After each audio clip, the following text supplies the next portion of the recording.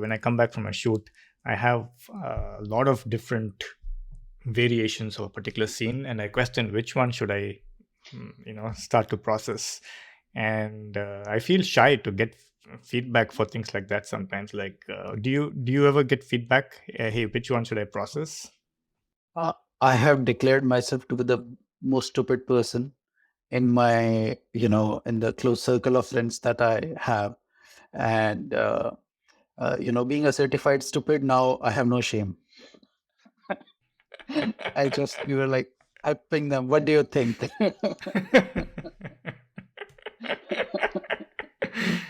Yeah, Right. Yeah. But it happens only with, very trusted friends. And they'll make fun of you. It's fine. cool. Yeah. So I know who to reach out to if I want feedback like that. Right. But in general, I'm a very introvert, very shy kind of person. So it takes a lot of effort to, reach out or get comfortable around new people quickly. But, once, things become familiar, then it's very easy.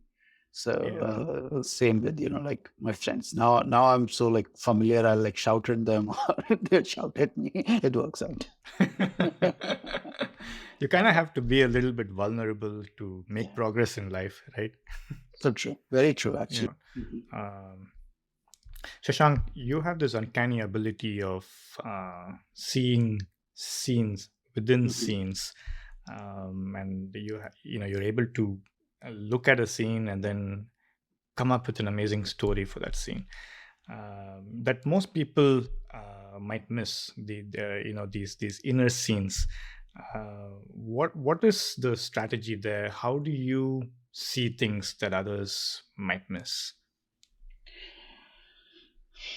I think it becomes a very foundational question to how you approach art. And I think it differs for people a lot. And the reason it differs for me is I feel a little privileged when it comes to just art because, when I was back in school, it started for me, with paintings. And the way I did paintings was break the rules. I did abstracts. I just used to like, there was no, a pattern of drawing a landscape or a scenery or, a tree. A tree has to look like a tree. That's not how I started. I just picked up the brush and, I started like painting what I felt like. Right. It was not like what it is supposed to look like. The more deconstructed it looks, the better, and the more I enjoy that particular scenery. Right. And um, eventually that happened. Right. Like I did like painting in that style for 1 or 2 years, and I was awarded the best artist in the school because I was very experimental with my work and, being more open about, I enjoy that experimentation rather than thinking that I'm going in the wrong direction. Right. And that gave me the confidence. Then I studied architecture for 5 years. And there again, it was, yes, there are certain foundational rules which you stick to. And then you start breaking those rules. And that's where the fun begins. And then similar thing in photography, right? And folks have got into photography in different ways. Like I come from that side of the thought process where I like to experiment a lot more. But then, many times I've spoken with many friends, Kaushik and I talk a lot about it. Kaushik is also an escape, right? On our trips and everything. And, he has a calm, right, that he wants to approach in a particular way. And I have a calm that I want to approach in a very different way.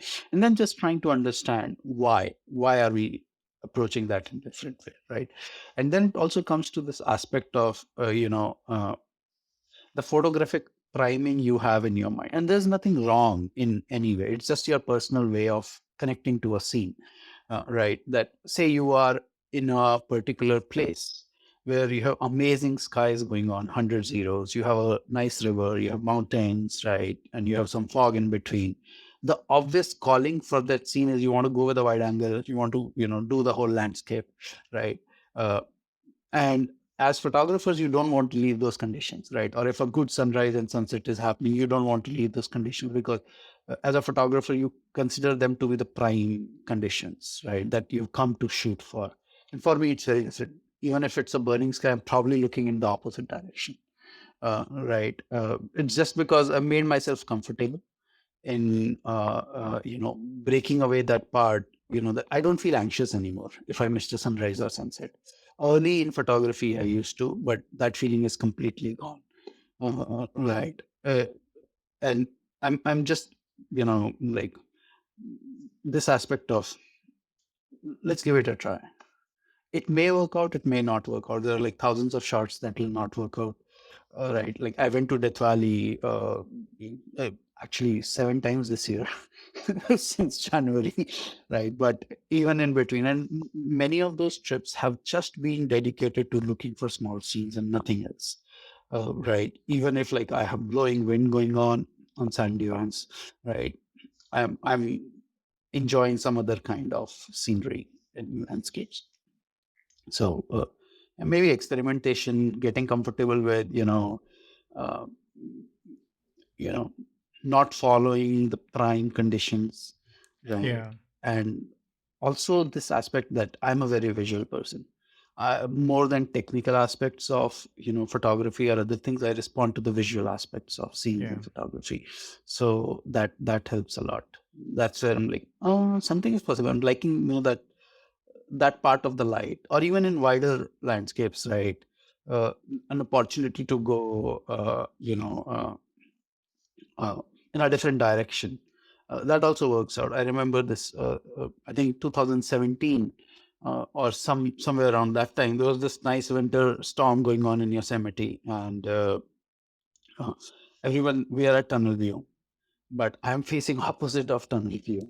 And there's nice drama, there's nice fog going on at that particular scene. I did a customary shot, but it was essentially, like the fog and other peaks that were coming out. And, I'm just like, uh, took a step back, and you know how crowded the tunnel view can get, right?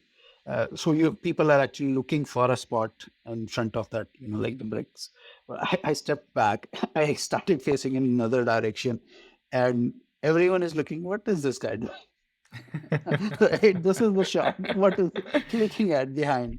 Right. Yeah. But I think it's you just have to probably break out of the herd to kind of look for those. And even this particular shot, which is the crown of Yosemite, uh, we were driving and there was overcast in between. Like we couldn't see much at that particular time. And I had a sense, because previously also in that region, we've seen icicles. With a bunch of photography friends, we drove that area, and I saw the icicles. And then you're like, I know I'll be wasting your time. I know all of you want to go and do the main shot, but either leave me here or don't leave me here. Just stick around because I am very scared. Right. But let me try out this shot, explore it. Right. So I'll go. I'll like quickly probably check with phone and other things. Is the alignment working? Is like the kind of scene I'm trying to, get. Is that working? And interestingly, yeah, we were lucky that that alignment worked, that scene and the conditions also worked. And I did that shot in multiple layers.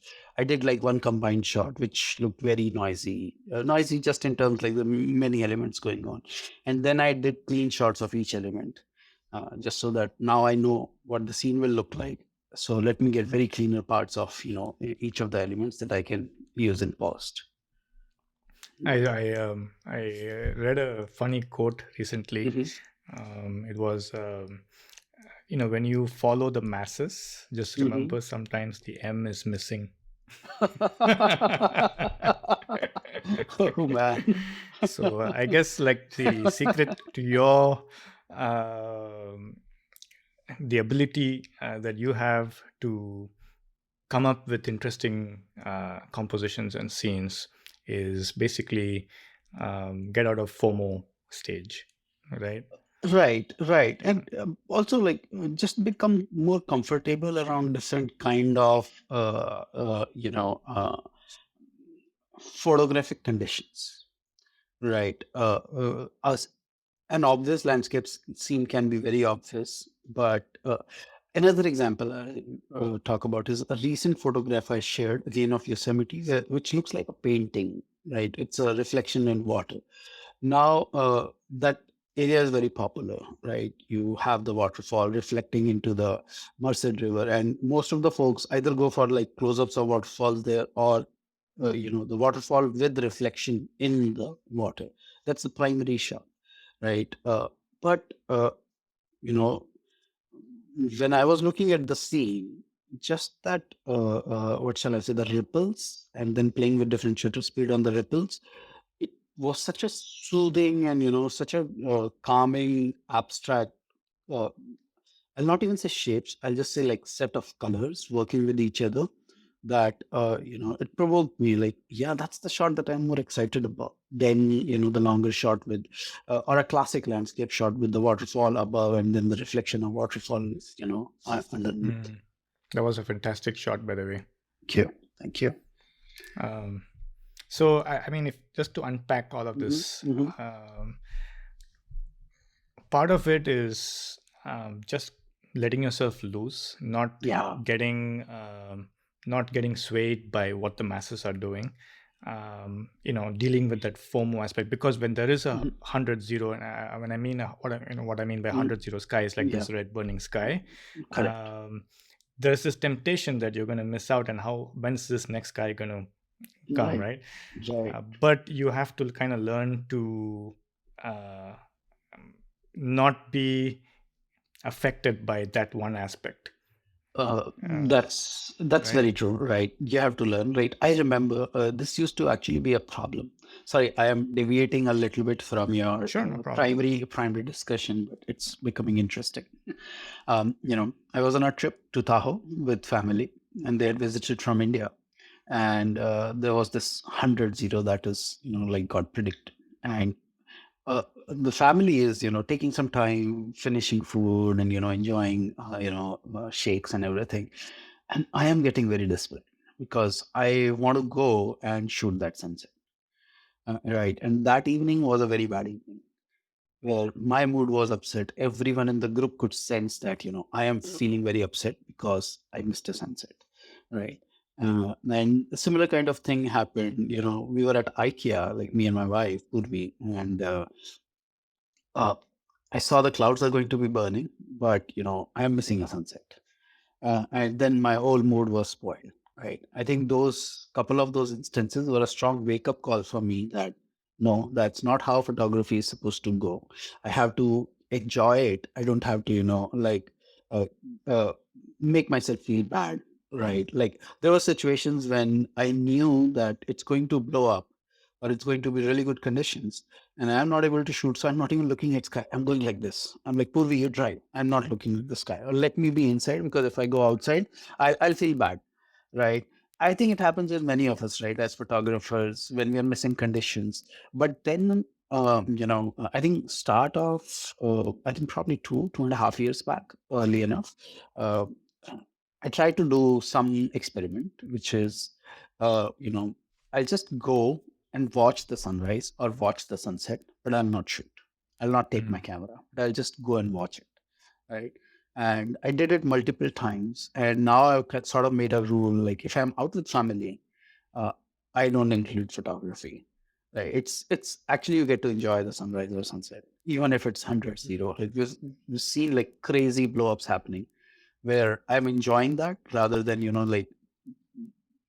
enjoying the photography part Yeah. of it. Right. So It's a different state of mind. you don't take your camera with you when you No, go on family trips? no, 99% no. Wow. And I separate out family trips and photo trips now.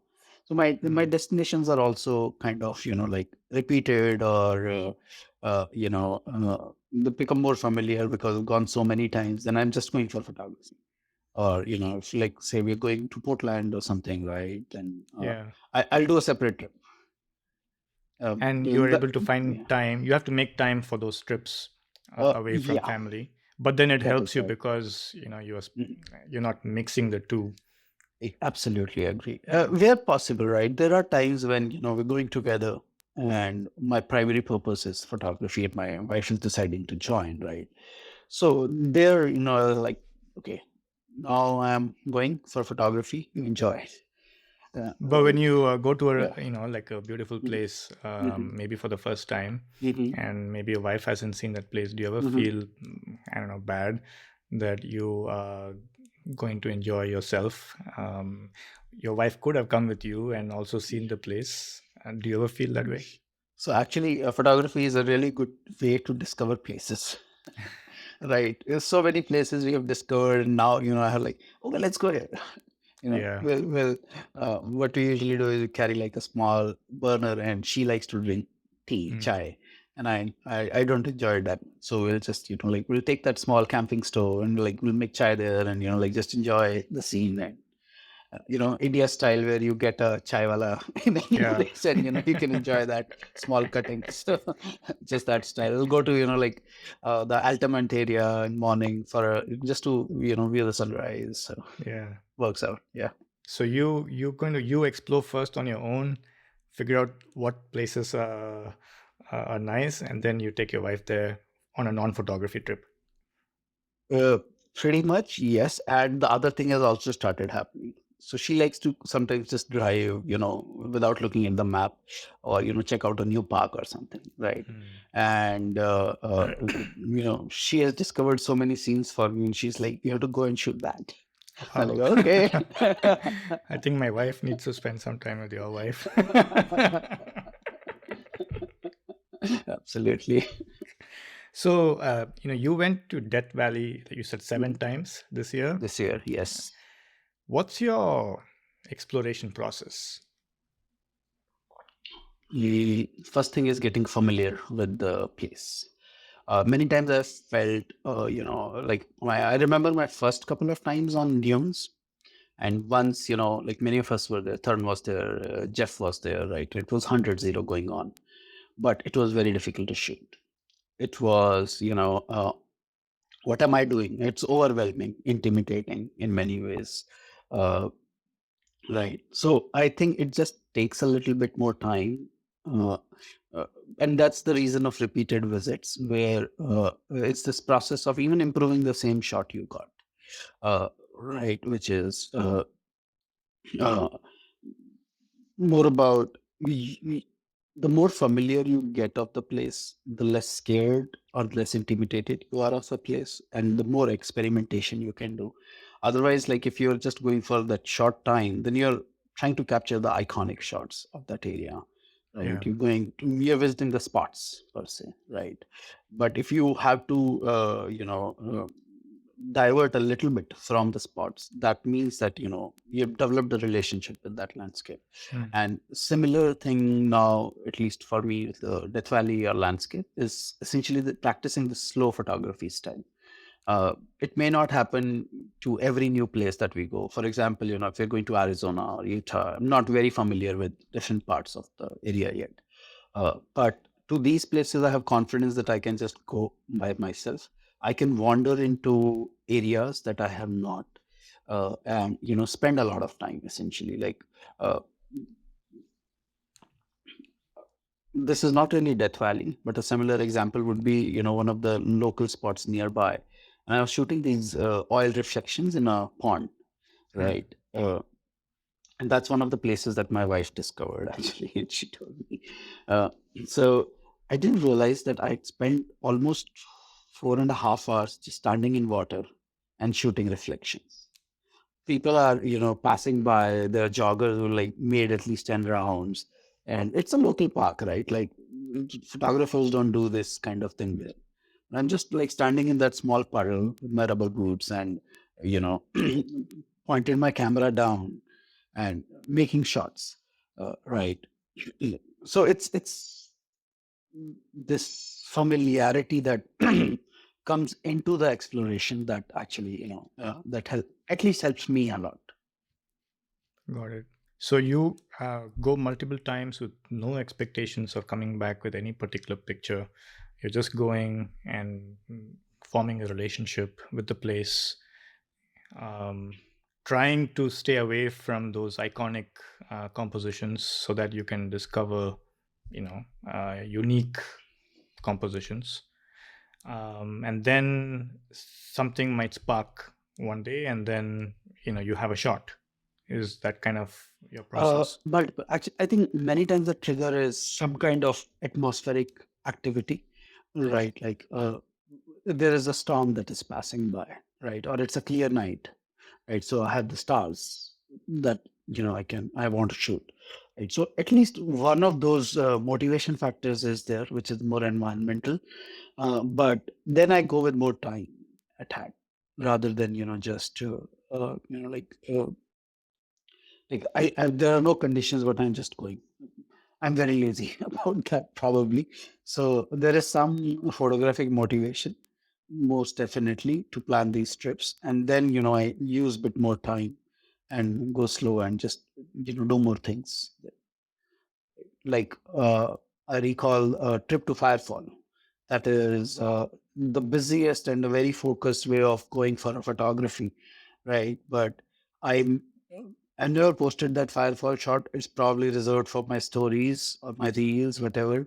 But the shots that I got were while I was walking towards the Firefall, and there was a good blanket of snow and light evening starlight starting to reflect on the snow, and moonrise and other kind of things. So other amazing shots happened for me that time, because I was a bit familiar with the place, right? And I was ready to experiment rather than rush for just the firefall. I noticed that a lot of your shots, and as you said, there isn't much of a focus on red skies, especially your more recent work. Mhm. But do red skies help in any way in your work? They're one of the motivation factors to get out in first place. Right.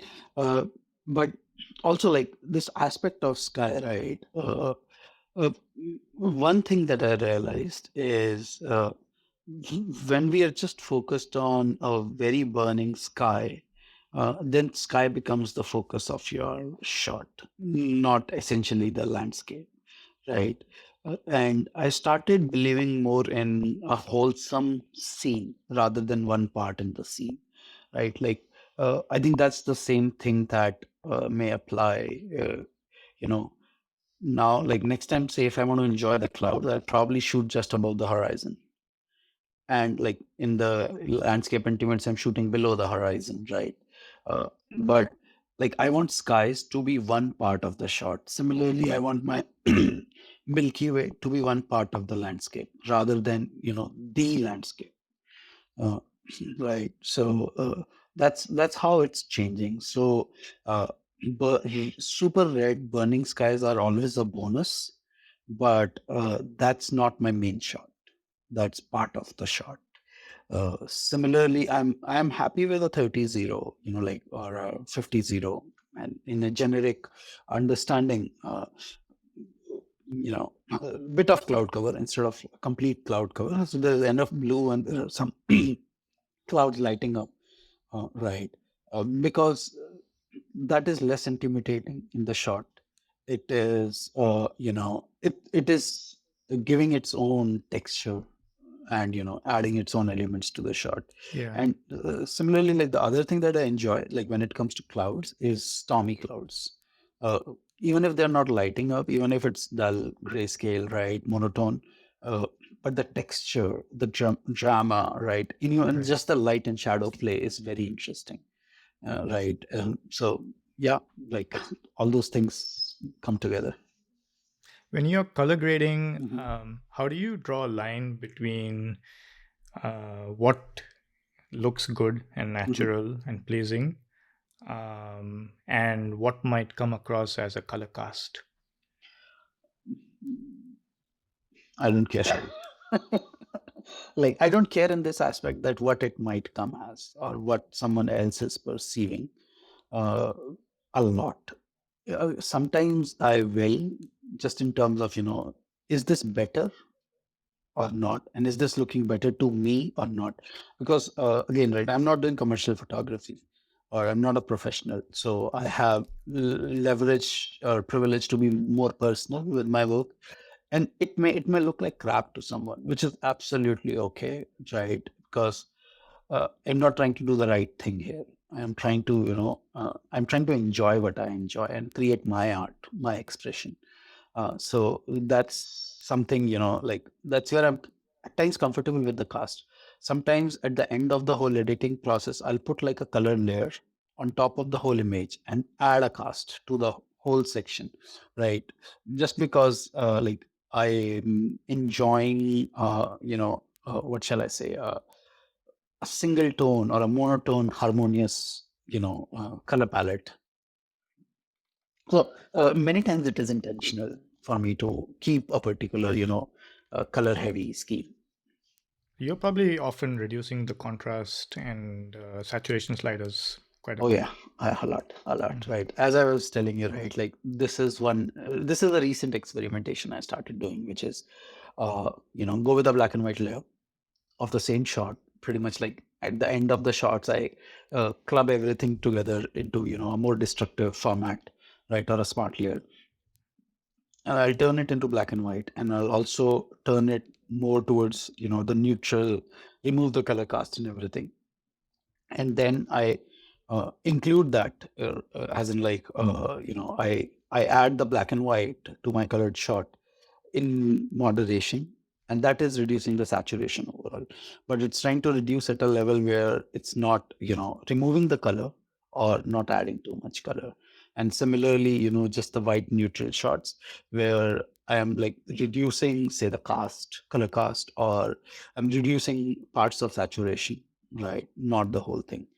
And then also this aspect of selective reduction where I'm only like, say, I'm just selecting the sky and reducing saturation in the sky, or only selecting one part of the shot and reducing contrast, or probably adding micro contrast. And yeah, that is one thing actually that helps a lot. And again, one thing that influenced my process a lot is working with micro contrast rather than global contrast on shots. Very specific parts where, again, those are focus areas, right? Is where I'll add more contrast. Otherwise, I'll keep everything more flat. Yeah, I'm looking forward to seeing you edit when you do that. Okay.